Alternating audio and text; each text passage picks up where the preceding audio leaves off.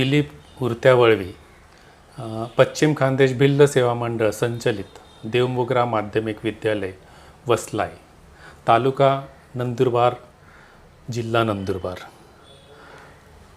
आज आपण इयत्ता 8वीच्या इतिहास या पाठ्यपुस्तकातील पहिला पाठ इतिहासाची साधने याची माहिती घेणार आहोत। मुलांनो, इतिहासाचे 3 कालखंड आहेत। पहिला आहे प्राचीन कालखंड, दुसरा आहे मध्ययुगीन कालखंड आणि तिसरा आधुनिक कालखंड। मागील वर्षी तुम्ही प्राचीन व मध्ययुगीन इतिहासाच्या साधनांचा अभ्यास केलेला आहे।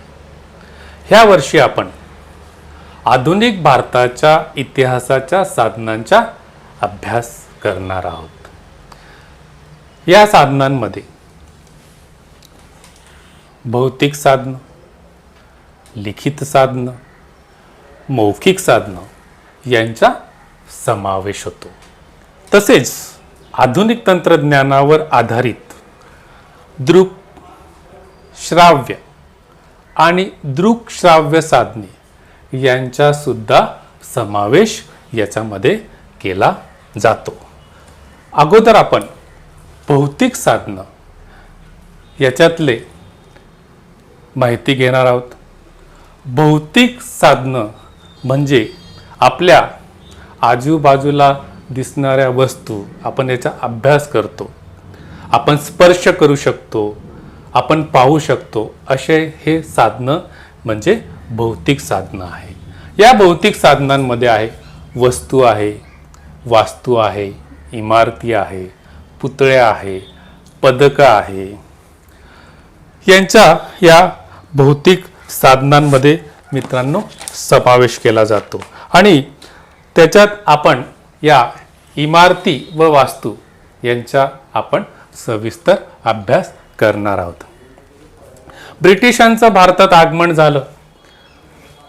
ब्रिटिश भारतावर राज्य कारभार करू लागले आणि संस्थानिकांच्या राज्य कारभाराचा काळ हा जो काळ आहे हा आधुनिक काळ म्हणून भारतातला ओळखला जातो।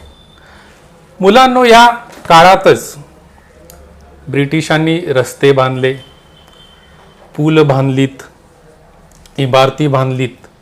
आज सुद्धा आपण ऐकतो की बुवा इंग्रजांनी बांधलेला हा पूल आज सुस्थितीत आहे। ही वास्तू इंग्रजांनी बांधली आहे, आज सुद्धा आपल्याला पाहायला मिळते। उदाहरणार्थ घेतलं तर पूर्वी भारतात येण्यासाठी समुद्राच्या मार्गाने मुंबईला यावं लागायचं आणि म्हणून मुंबईचा समुद्र किनाऱ्यावर इंग्रजांनी एक वास्तू बांधली, ती म्हणजे गेटवे ऑफ इंडिया। ती सुद्धा आज आपल्याला पाहायला मिळते। तसेच प्रशासकीय कचेऱ्या, इंग्रजांचा राज्यकारभार चालवण्यासाठी प्रशासकीय कचेऱ्या बांधल्या, तुरुंग बांधले। त्याच काळात इंग्रजांना स्वातंत्र्य लढत असलेले क्रांतिकारक नेते यांची निवासस्थानं, यांची घरं यांचा समावेश सुद्धा या भौतिक साधनांमध्ये होत असतो। यातील काही वास्तू आणि इमारती सुस्थितीत आहे। काही इमारतींमध्ये वस्तू संग्रहालय आहे, काही हे राष्ट्रीय स्मारक म्हणून घोषित केले गेलेले आहे।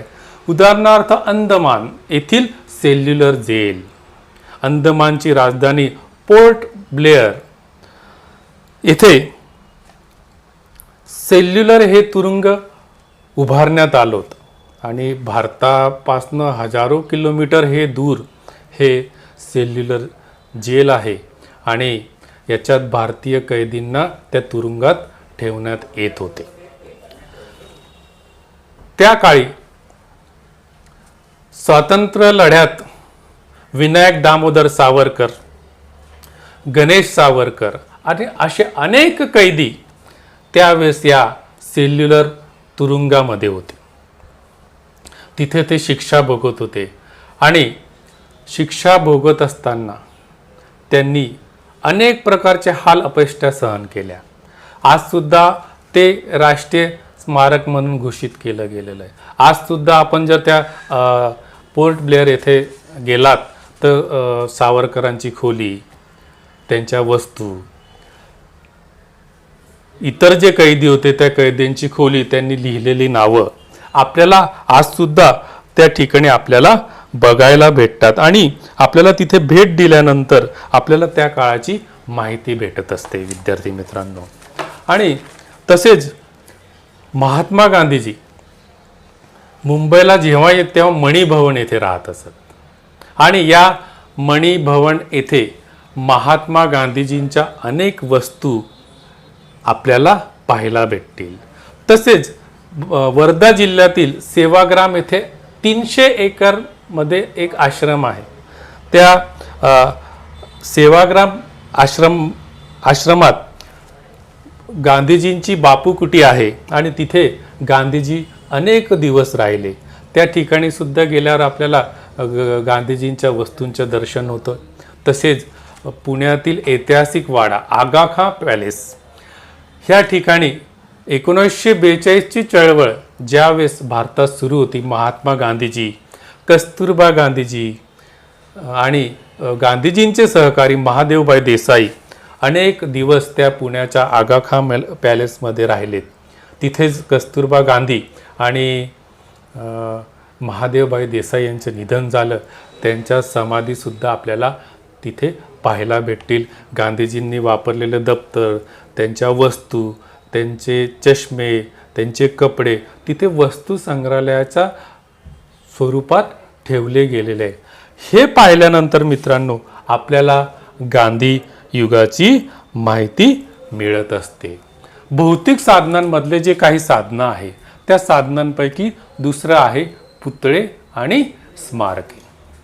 मुलांनो, तुम्ही आजूबाजूच्या याच्यात अनेक असे पुतळे पाहत असतात. त्या पुतळ्यांना याच्यासाठी उभारण्यात आलेलं असतं की पूर्वी इतिहास काळामध्ये अनेक व्यक्तींनी महान कार्य केलेले असतं आणि या महान कार्याची आठवण राहावी म्हणून हे पुतळे उभारण्यात आलेले असतं. आणि इतिहासाच्या दृष्टीने हे पुतळे फार महत्त्वाचे आहे. कारण या पुतळ्यांना जर आपण पाहिलं तर त्या पुतळ्यांवर त्या व्यक्तीचे पूर्ण नाव, त्यांनी त्यांचा जन्म, त्यांचा मृत्यू दिनांक, त्यांनी केलेले कार्य आणि थोडक्यात त्यांनी त्यांचा जीवनपट त्या पुतळ्याच्या दर्शनी भागावर लिहिण्यात आलेला असतो. आणि अशा प्रकारे हे जे आपल्याला त्या पुतळ्याला पाहिल्यानंतर त्या व्यक्तीची त्यांनी किती महान कार्य केलेलं आहे ते आपल्याला कळत असते. आणि लोकमान्य टिळक, महात्मा ज्योतिबा फुले, डॉक्टर आंबेडकर यांचे जसे पुतळे उभारण्यात आलेले आहे तसे इतिहास काळामध्ये अनेक अशा घटना घडलेल्या आहेत. स्वातंत्र्य लढ्यासाठी अशा काहीतरी घटना घडलेल्या आहे आणि त्या घटनेशी संबंधित त्या व्यक्तीची आठवण राहावी म्हणून स्मारके सुद्धा उभारण्यात आलेली आहे विद्यार्थी मित्रांनो. आणि ती स्मारके त्या घटनेची आठवण राहावी म्हणून उभारण्यात आलेली आहे. एक तुम्हाला मी घटना सांगतो आणि त्याच्यानंतर मी स्मारकाबद्दल बोलणार आहे. 1942ची चळवळ पूर्ण भारतात सुरू होती आणि महाराष्ट्रातील नंदुरबार हे शहर सुद्धा मागे नव्हतं. नंदुरबार शहरातील एका शाळेच्या मुलांनी विचार केला की बुवा आपण सुद्धा या आपला सहभाग असला पाहिजे म्हणून ते शाळेतील छोटी छोटी मुलं शिरीष कुमार मेहता आणि त्याचे मित्र हे मिरवणूक घेऊन शहरात निघाले आणि त्यांना इंग्रजांनी रस्त्यात थांबवलं. इंग्रजांनी सांगितलं की थांबा, पण ते मुलं ऐकायला तयार नव्हती. भारत माता की जय अशी घोषणा देत ते पुढे जात होते. शेवटी इंग्रजांनी त्यांच्यावर गोळीबार केला आणि ते मुलं तिथे शहीद झाले. त्यांच्या स्मरणार्थ नंदुरबार शहरामध्ये तुम्ही आज गेलात तर या प्रकारचं स्मारक तुम्हाला त्या ठिकाणी पाहायला भेटेल. मित्रांनो, हे जर स्मारक तुम्ही पाहिलं तर त्या शहीद झालेल्या मुलांची नावं त्याच्यात शिरीष कुमार मेहता, धनसुख लाल, शशीधर केतकर, घनश्यामदास गुलाबदास, लालदास बुलाकीदास यांची सर्वांची नावं, त्यांची जन्मतारीख, शहीद झालेला तो दिवस आणि दर्शनी भागावर त्यांच्याबद्दल लिहिलेले गौरव उद्गार आपल्याला इथे दिसतात. आणि शेवटी त्यांना प्रणाम केला गेलाय. त्यांना सांगितलंय की आदि को लाखो प्रणाम. म्हणजे स्मारक ज्यावेळेस आपण पाहतो तर त्या काळातील घडलेली जी घटना आहे ती घटना आपल्याला माहीत पडते आणि त्याचं हे स्मारक हे आपल्याला इथे त्याची माहिती भेटते. असे अनेक स्मारक महाराष्ट्रात, भारतात सुद्धा आहे. अशा प्रकारे भौतिक साधनांमध्ये इमारती, वास्तू, पुतळे आणि स्मारक हे सुद्धा मुलांनो फार महत्त्वाचे आहे. त्यातच दुसरं जे साधन आहे ते लिखित साधन. लिखित साधन म्हणजे इतिहास काळामध्ये अनेक असे नोंदी झाल्या, पत्रव्यवहार झाले, दोन नेत्यांमधले पत्रव्यवहार किंवा काही लिहून ठेवलेल्या नोंदी किंवा एखाद्या इंग्रजांना दिलेलं पत्र, असे अनेक लिखित साधनं आहे. आणि त्याच्यात पत्रव्यवहार, वृत्तपत्रे, चरित्रे, नियतकालिके, फॅक्टरी रेकॉर्ड्स, आत्मचरित्रे, पुस्तकं या साधनांच्या या लिखित साधनांमध्ये समावेश होतो. त्याच्यातलेच काही आपण साधनांची माहिती घेणार आहोत. वृत्तपत्रे व नियतकालिके. मुलांनो, नियतकालिके म्हणजे एखाद्या ठराविक काळानंतर नियमितपणे प्रकाशित होणारे मुद्रित होय आणि ते दरवर्षी प्रकाशित होतं त्याला वार्षिक सांगितलं जातं.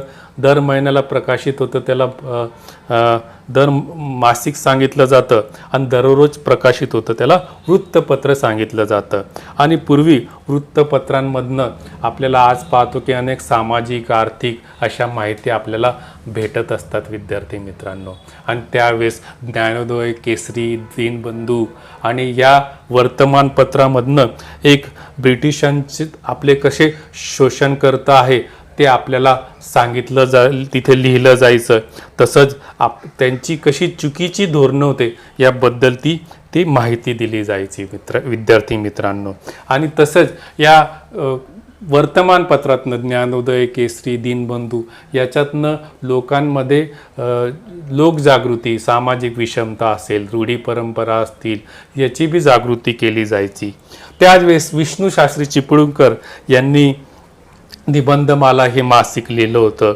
लगेच गोपाळ हरी देशमुख यांनी प्रभाकर याच्यातनं शतपत्रे लिहिले आणि यांनी या मासिकातून सामाजिक विषयावर त्यांनी प्रकाश टाकला.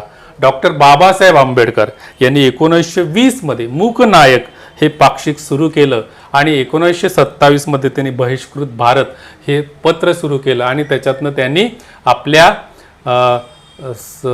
जी समाजातील विषमता आहे, लोकजागृती त्यांनी केलेली होती. लिखित साधनांमध्ये दुसरं आहे नकाशा व आराखडे. नकाशा हे देखील इतिहासाचं महत्त्वाचं साधन आहे. नकाशावरून आपणास शहराचे किंवा एखाद्या ठिकाणाचे बदलणारे स्वरूप आपल्याला अभ्यासता येतात. ब्रिटिश काळामध्ये विद्यार्थी मित्रांनो सर्वे ऑफ इंडिया याचे स्वतंत्र मंडळाची स्थापना केली गेली आणि या सर्वे ऑफ इंडिया या विभागाने भारताचे विविध प्रांताचे शहराचे शास्त्रशुद्ध पद्धतीने सर्वेक्षण करून पूर्ण नकाशे तयार केलेले आहे. तसेच या नकाशाप्रमाणे जे आराखडे आहे हे सुद्धा फार महत्त्वाचे आहे. कारण या आराखड्यामध्ये मुंबईमधल्या अनेक इमारती ह्या वास्तुविशारदांनी तयार केलेल्या आहे. आणि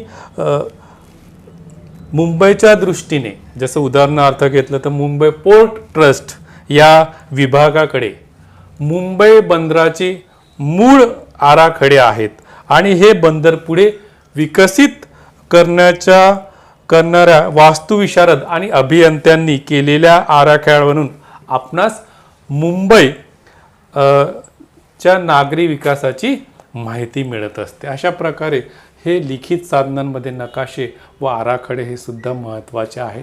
त्याच्यानंतर इतिहासातील पुढचं साधन आहे मौखिक साधन. हे मौखिक साधन म्हणजे मुलांनो एका पिढीकडून दुसऱ्या पिढीकडे मुखाद्वारे तोंडाद्वारे सांगितला जाणारा इतिहास म्हणजे मौखिक साधन. या मौखिक साधनामध्ये लोकगीतं, पोवाडे, लोककथा, मुलाखती, स्फूर्तिगीती, ओव्या यांचा समावेश याच्यामध्ये केला जातो. आणि याच्यातला आपण मौखिक साधनांमधलं आपण स्फूर्तिगीतं आणि पोवाडे याची आपल्याला आज माहिती घेणार आहोत. तुम्हाला अगोदर मी एक स्फूर्तिगीत ऐकवतो.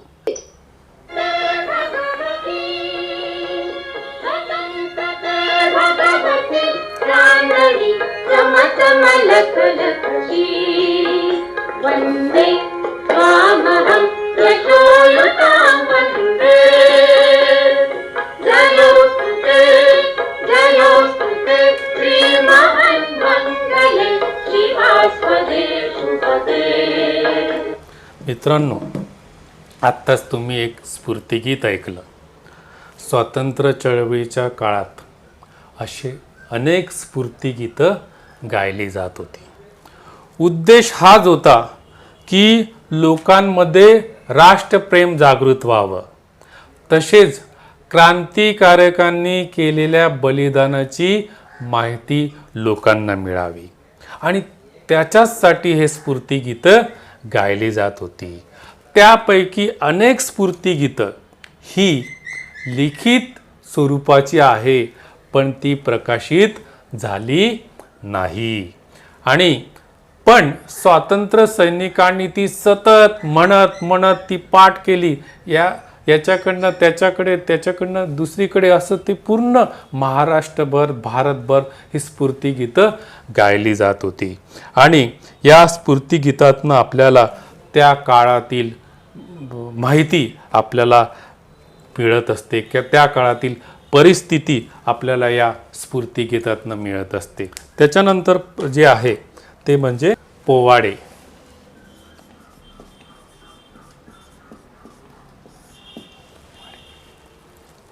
या शिवाजी महाराजांच्या काळानंतर पोवाडा हा प्रकार प्रसिद्ध झाला.